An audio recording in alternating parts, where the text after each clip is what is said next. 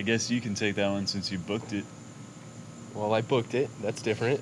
Uh, um, we went to California for the first time, both of us. First time in California. That was cool. We got to be on our own schedule and we got to sightsee a lot and basically take the time out to recognize how awesome the terrain is, you know.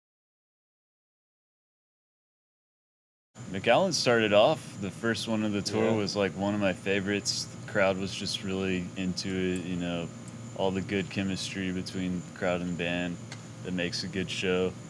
Uh, Santa Fe, New Mexico was probably my other favorite one just because. First and last. Yeah, first and last shows, coincidentally. But yeah, they just both had crowds that were really enthusiastic, and it's like you get unlimited energy whenever people are vibing with you and having a good time. Colorado Springs was a good one. No one knew who we were at all, and then people were dancing and into it. So yeah, probably those three I would put in there. And Orange County was cool.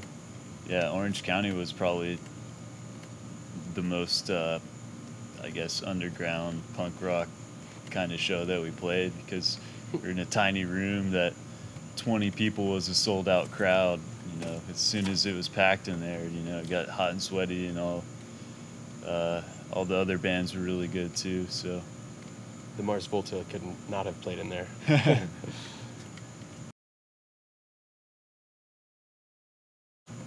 Everything I've ever been told. Yeah, it kind of lived up to all the hype.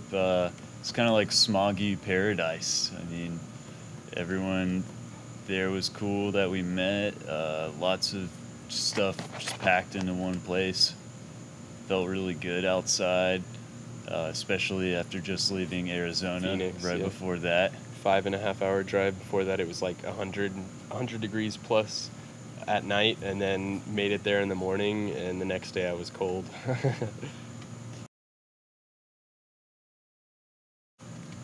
I like 19 Hertz Yeah, right now. yeah, 19 Hertz is pretty jamming because that one has the most solid Structure. intro. Yeah, it's kind of just like, it just feels really good when you pull it off right, and it has a couple of loops and stuff that it just Can be done well. it's Yeah. pretty groovy. And They're all fun, though. Yeah, I mean, each one is fun, but 19 Hertz just sounded like the most put together out of them. And I think it's almost always the most new song to play is the most fun. So yeah, we were playing some new stuff too that to me is the most exciting because we're still not sure exactly where it's going, and none of these new songs that we're playing are recorded yet, so it's still kind of open-ended, you know. It's still fresh to everyone and to us, so the newest, the funnest.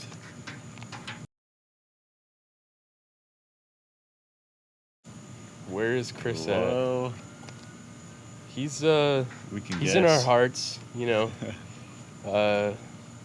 He's here with us whenever we need him. Whenever the time calls, he's kind of like, you know, the Anchorman cast. You can blow the conch shell, you know, and he'll come running. So he's there when you need him.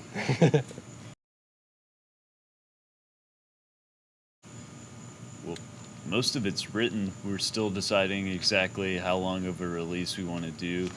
If we do like a 4 or 5 song EP, it's just a matter of like going in and recording it somewhere with someone, which we're talking to our friend about doing some studio time with him.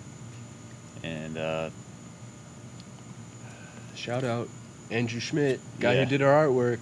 yeah, same guy who's done all of our Always. artwork, Andrew. Yeah. And he's a pretty good producer too, so we're gonna like really get scientific with it and experiment a lot, and should be really cool to work with him. I think it's because we've known him for so long, and he's been gradually recording more and more bands, and it's just at a point where we're able to find a mutual agreement on like what we would both want to do, making a fully produced studio album. You know, we'll be able to communicate with Andrew on a lot of stuff, that a lot of nuances and things that might be a little harder to communicate with just some producer we've never met before. Plus, we can be a little more realistic with the budget that it would That you know, too. take. So,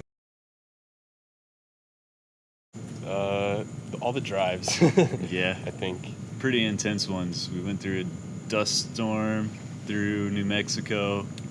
We went through a hailstorm. Did 2 overnight in New Mexico. drives. Yeah. 2 14-hour plus overnight drives. You know, just trying to stay safe and alert, and we would like switch over and stuff. When we were in California, we got to visit an artist that we know about named Lee McCloskey.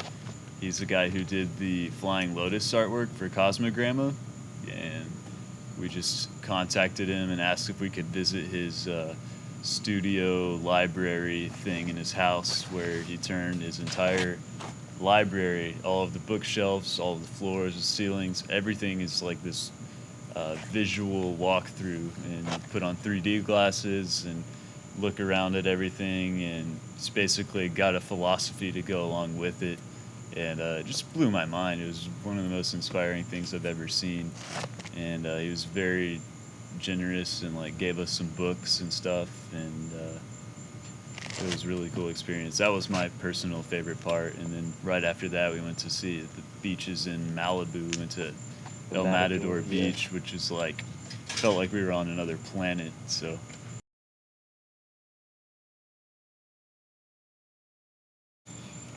Oh man, we're getting to that. We've got a big theatrical hate message coming out soon. Yeah. Okay. yeah, for the haters, just wait. Yeah, yeah.